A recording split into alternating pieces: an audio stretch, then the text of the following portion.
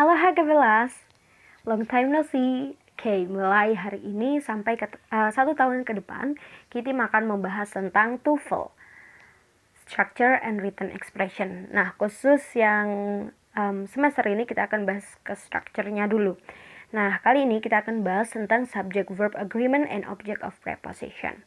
Sebelumnya, Gabelas pasti bertanya-tanya ya, wondering, kenapa sih TOEFL tuh sulit? Ada nggak sih trik cepatnya mengerjakan gitu? Nah, soal-soal TOEFL ini actually emang didesain untuk bisa dikerjakan dengan cepat seperti SBMPTN gitu. Jadi memang ada trik khususnya gitu, ada materi dan trik khususnya. Nah, kalau banyak-banyak latihan, kalian bakal hafal gitu, bakal tahu triknya, bakal ya semakin mudah mengerjakannya. Jadi memang ada trik cepatnya seperti SBMPTN. Jadi sebenarnya nggak usah tahu seluruh artinya, nggak usah, karena bisa dikerjakan dengan cepat tanpa mengetahui keseluruhan arti. Memang ada beberapa kasus soal yang dibutuhkan untuk tahu artinya, tapi banyak juga yang nggak usah tahu artinya, hanya perlu mengenal ini masuk soal apa, kemudian trik cepatnya gimana gitu. Oke, sebelum nonton video ini, silahkan sudah menonton video-video yang ini ya, 3 ini, karena semuanya interrelated biar semakin pemahamannya menyatu. Oke. Nah, subject verb agreement itu kan kesesuaian antara subjek dan verb ya. Ini udah dibahas di video Concord. Saya hanya mereview aja. Jadi kesesuaian antara subjek dan verb atau to be itu, auxiliary itu harus sesuai dalam 4 hal ini. Nah, ini termasuk tensesnya gitu ya. Gitu. Oke, kita langsung aja ke contoh soal. Ini ya, yang pertama, bla bla bla was known well for the Independence Day. Nah, ini kita nggak usah tahu artinya, nggak usah mikir panjang, kita bisa langsung mengerjakan dengan cepat. Coba ya.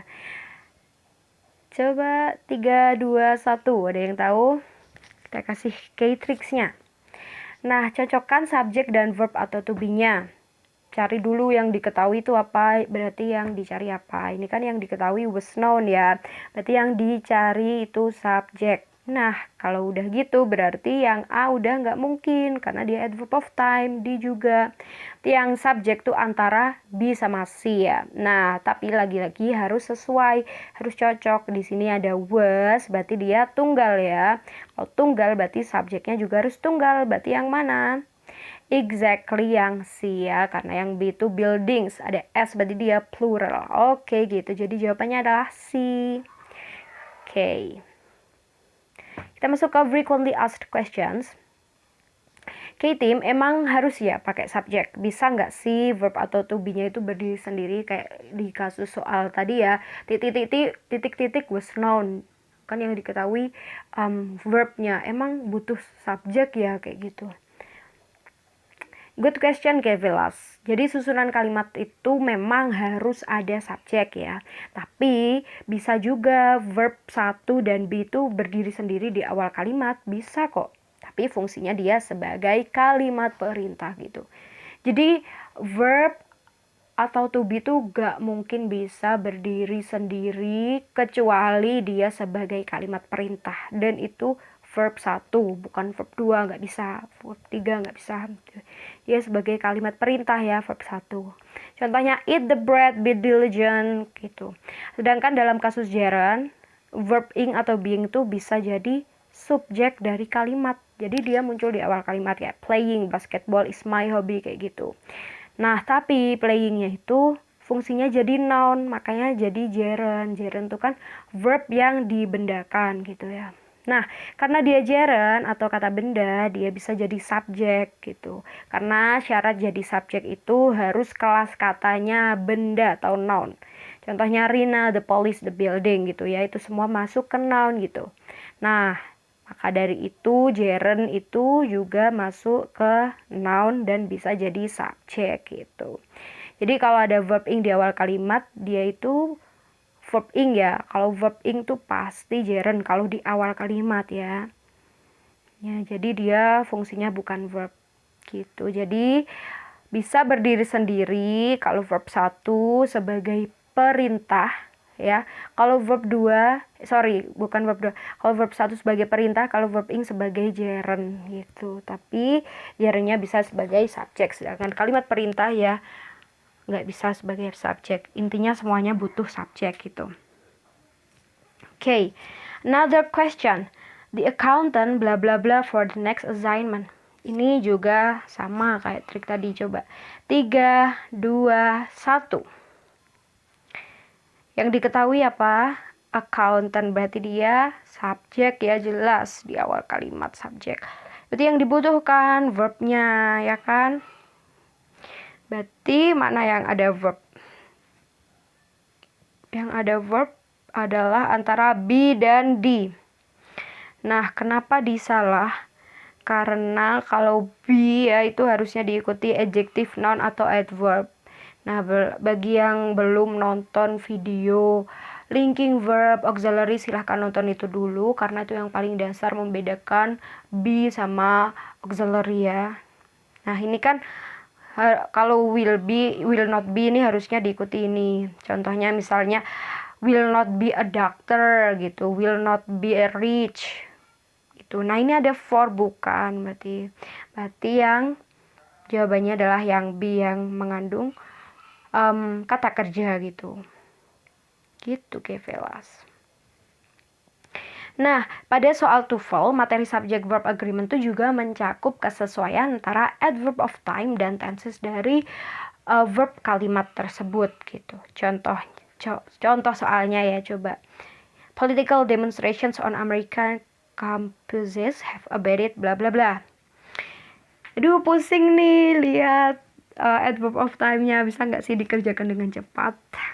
Coba 3, 2, 1. Ada yang bisa menjawab? Bisa kok dijawab dengan cepat. K-tricks ya.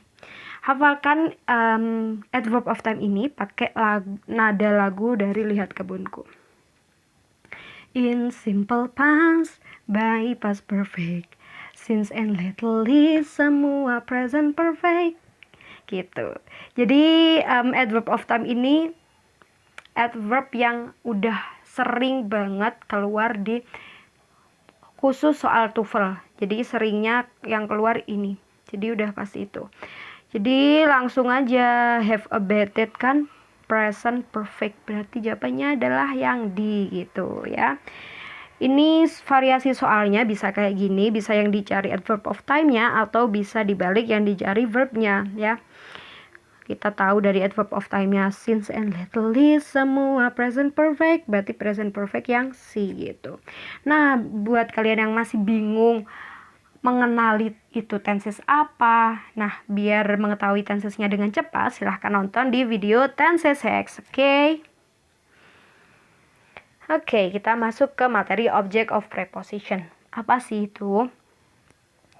Jadi dari namanya ya, object of preposition, berarti dia objek atau kata benda dari preposisi atau kata depan gitu. Jadi dia itu berada setelah preposition. Preposition itu apa aja? Ada above, before, after, in, on, at gitu-gitu ya. Jadi kalian harus mengenali dulu preposition itu apa aja. Nah, kalau tipe soal yang kayak gini, jadi object of preposition ini bukanlah subjek dari kalimat. Jadi kalau ada kata benda yang ditempeli sama preposition ini, diawali preposition, dia bukan subjek dari kalimat itu. Nah, tipe soal ini jawabannya pasti berupa subjek gitu. Aduh, pusing, gimana sih maksudnya? Coba ya, contoh. The name of the guy in the video is Jungkook. Jungkook, apa sih bacanya? Itulah, sorry. Nah, ini subjeknya yang mana? Yang mana? Jangan keliru video ya. Kan biasanya melihat sebelum verb, sebelum to be atau verb ya, bukan the video, tapi subjeknya adalah the name of the guy. Kenapa gitu? Karena the video ini objek dari preposition in gitu kan, dia objek yang ditempeli sama preposition. Kalau dia ditempeli preposition, udah dia bukan subjeknya. Sama the guy ini ditempeli of, berarti dia bukan subjeknya. Jadi yang bebas dari preposition adalah the name ini. Ini subjeknya the name of the guy ini. The name-nya itu, the name of the guy itu baru itu adalah subjeknya, bukan the videonya ya. Nah, inside the cage bla bla bla ini langsung bukan inside the cage-nya ya subjeknya. Jangan tertipu. Jadi menjebak dia. Karena inside ini prepositionnya, ini object of preposition. Kalau soal kayak gini udah pasti langsung cari aja yang berupa subjek. Jadi jawabannya adalah A gitu. Karena ini di sini verbnya. Jadi jangan kalian mikir, duh udah ada subjek, udah ada verb, berarti apa dong yang dicari gitu. Bukan ya. Jadi inside the cage tuh bukan subjeknya. Coba lagi. Ini masih materi yang sama. Ayo, mana ini? 3, 2, 1. Jawabannya yang subjek she ya. Begitu pula ini, berarti jelas kelihatan he gitu. Tadi ya, what is written ini adalah objek dari preposition unlike. His best friend itu juga bukan subjek. Dia adalah objek dari preposition with gitu. Jadi masih butuh subjek di sini gitu. With, without, unlike itu preposition juga ya. Nah, jadi itu tadi K-learning hari ini, dan ini adalah TOEFL tricksnya. Kalau subject verb agreement tuh cocokkan dulu the subject dan verb atau to be-nya.